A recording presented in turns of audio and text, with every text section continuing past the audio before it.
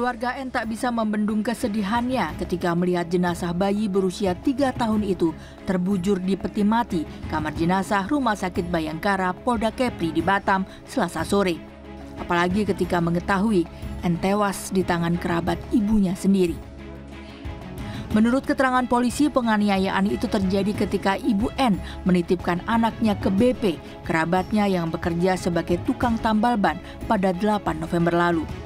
Ternyata setiap kali N dititipkan, BP selalu menganiaya bayi itu. Alasannya karena N nakal. Hingga pada Sabtu 11 November lalu, N mengalami luka parah hingga kejang-kejang. Dari hasil visum diketahui rahang N patah, tubuh dan kepalanya juga penuh luka lebam. Awalnya BP berdalih luka di tubuh N terjadi karena jatuh ketika bermain bola. N kemudian dibawa ke Rumah Sakit Budi Kemuliaan Batam, namun akhirnya ia meninggal pada Selasa.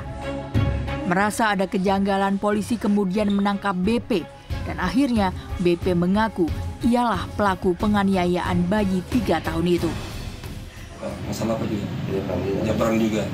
Apa yang kau pukul yang kedua? Badan sama kaki.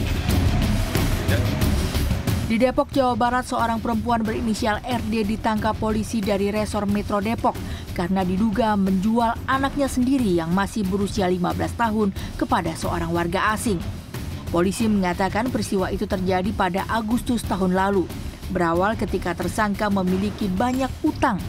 Tersangka kemudian menawarkan anak perempuannya untuk kawin kontrak dengan seorang warga asing dengan mahar 100 juta rupiah.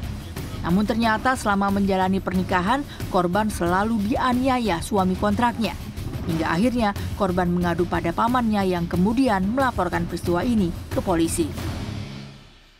Karena korban ada acara di Solo, ya, kemudian memberanikan diri untuk bercerita kepada pamannya, ya, kemudian pamannya membuat laporan polisi ke Polres Metro Depok dan selanjutnya kita lakukan penangkapan terhadap RAD, ya, dan kemudian kita lakukan penangkap juga terhadap TM.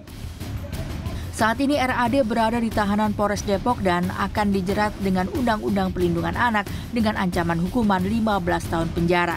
Sedangkan WNA berinisial TM yang menjadi suami kontrak korban juga telah ditangkap dan ditetapkan sebagai tersangka oleh polisi.